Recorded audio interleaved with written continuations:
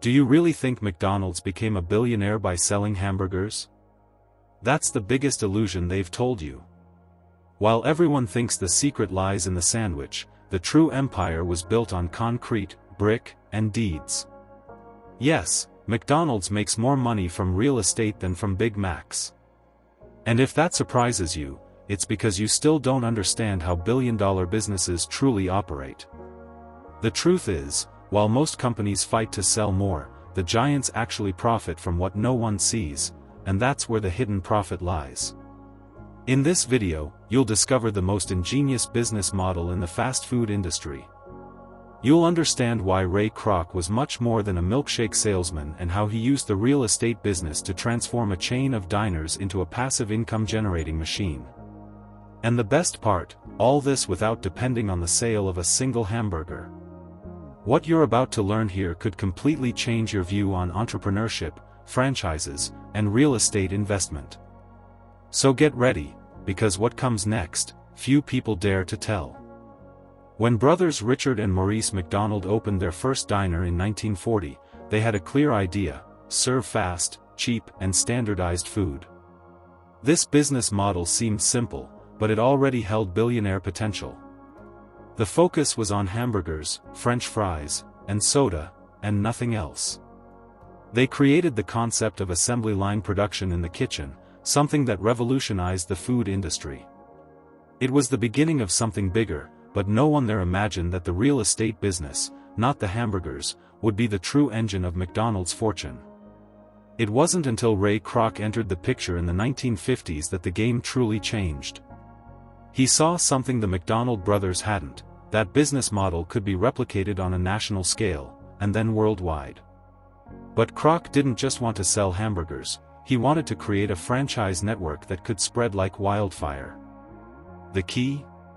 Controlling the properties where each unit would be built. This not only ensured the brand's quality standard but also paved the way for a colossal hidden profit. This strategic shift transformed McDonald's into an empire, and not just a gastronomic one. While the public only saw a Big Mac being served, behind it was a robust operation of acquiring and controlling land. It was the beginning of McDonald's real estate. They not only sold food but dominated the land where each franchise operated. And this secret of companies, earning more from real estate than from the product, is a lesson every entrepreneur should observe carefully, especially when Kroc's next move would elevate this model to another level. Ray Kroc was a milkshake machine salesman when he met the McDonald brothers. But upon visiting the diner, he saw much more than an efficient kitchen. He saw a gold mine. However, unlike those who focus only on the product, Kroc had an advanced business mindset. He understood that the real power lay in controlling the space where products were sold.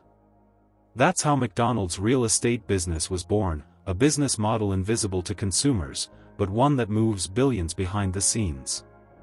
Kroc realized that selling hamburgers wasn't enough, it was necessary to dominate the game behind the counter.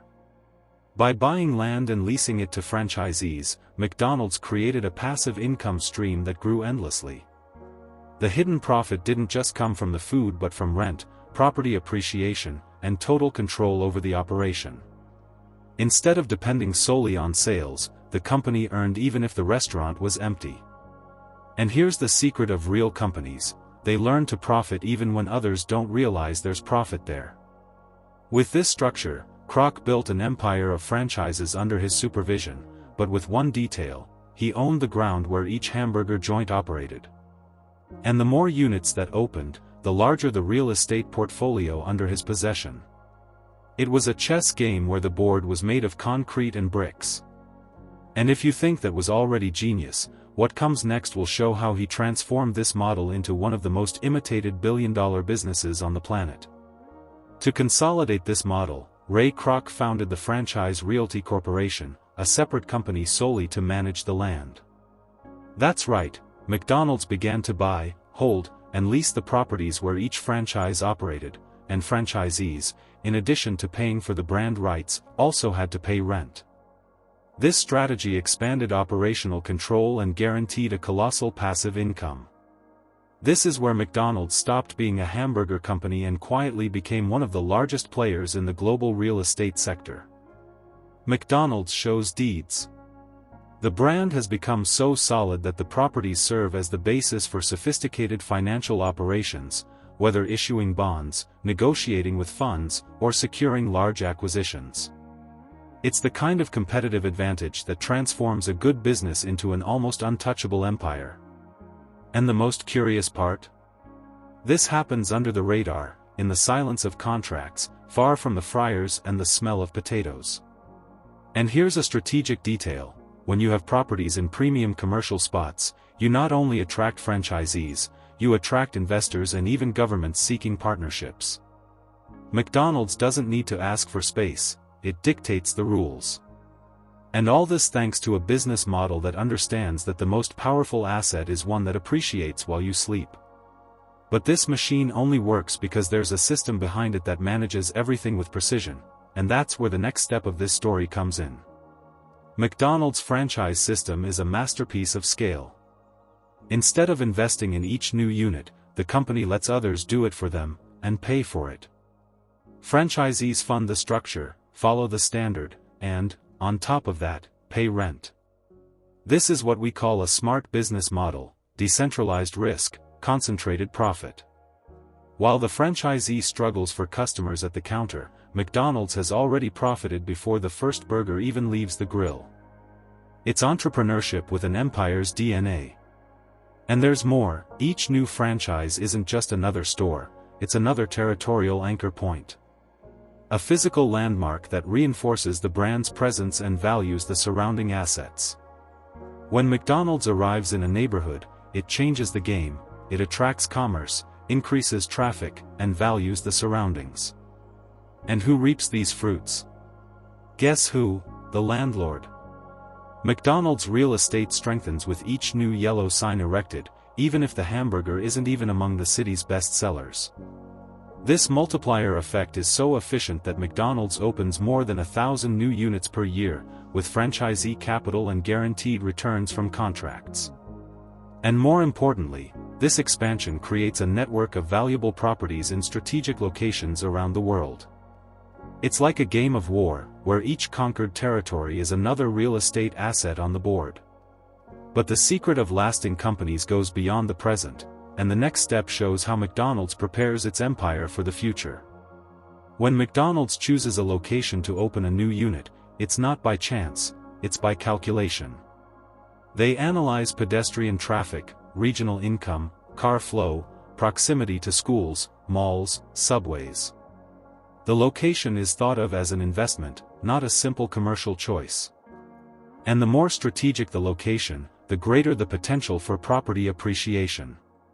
That's why most McDonald's land becomes centers of activity, because they were conceived with a long-term vision. This premium location not only ensures good business for the franchisee but creates a chain effect: the land appreciates, rent goes up, and new businesses start settling nearby. It's almost as if McDonald's has the power to transform places into commercial hubs. And here lies the secret of billionaire companies: they don't just sell products, they shape the urban space around them. And they do it so naturally that it seems like a coincidence. But nothing is by chance. This geographic positioning strategy is part of the real estate business in a surgical way. McDonald's isn't just in the right place, it's responsible for making the place right. This turns each new property into a potential value multiplier. And in the world of real estate investment, location is everything. It's the difference between a common asset and gold in the form of concrete. But this control of land would be limited, if not for the next factor, which ensures even more aggressive scalability. What makes McDonald's a global machine isn't just the Big Mac, it's the ability to repeat a system with surgical precision anywhere in the world. From Japan to Brazil, passing through the United States, the business model is the same: strategic properties, controlled franchises, and a replicable operational system. This ensures predictability, security for investors, and a continuous flow of passive income. Standardization has become a tool to multiply profits like printing money, always on the same solid ground: the real estate business. This repetition of success allows the company to open units with absurd speed, without losing control. And best of all, franchisees bear the opening costs, while McDonald's profits from fees and rent. This cycle of sustainable expansion is what every entrepreneur dreams of, but few manage to execute. Because it requires vision, system, and discipline. And of course, real estate. McDonald's real estate strengthens with each new contract signed, creating a domino effect that transforms each unit into another block in the brand's billionaire castle. The strategy is so well built that even economic crises have limited impact. Why? Because properties remain valuable assets, and the system is adjustable. Hamburgers versus real estate? The numbers show that the secret of solid companies lies in the foundation, literally. And this foundation, made of concrete and smart contracts, sustains an empire that grows while it sleeps. But there's still a key ingredient missing from this recipe: the brand. And that's exactly what the next point will reveal. The McDonald's brand is one of the most recognized on the planet, and that has value far beyond advertising. When it sets up in a location, that place immediately gains prestige. It's as if the Golden Arches stamp represents a certificate of success. Investors look differently, franchisees are interested, and the surrounding market appreciates. This happens because the McDonald's name carries a reputation for solidity, tradition, and, of course, financial return. And this brand strength becomes a powerful lever for the real estate business. It's as if each McDonald's unit were a beacon that attracts opportunities around it. Supermarkets, pharmacies, gyms, everyone wants to be nearby. The brand's presence activates a commercial ecosystem in the vicinity, generating increased traffic and property appreciation. This effect, which many would call luck, is actually strategy. Because McDonald's doesn't just operate there, it becomes the center of a growth pole. This is what we call territorial intelligence applied to the business model. And there's more. Because it's a global brand, McDonald's can negotiate under conditions that other chains can only dream of. It gets better locations, better contracts, and even tax incentives in some regions.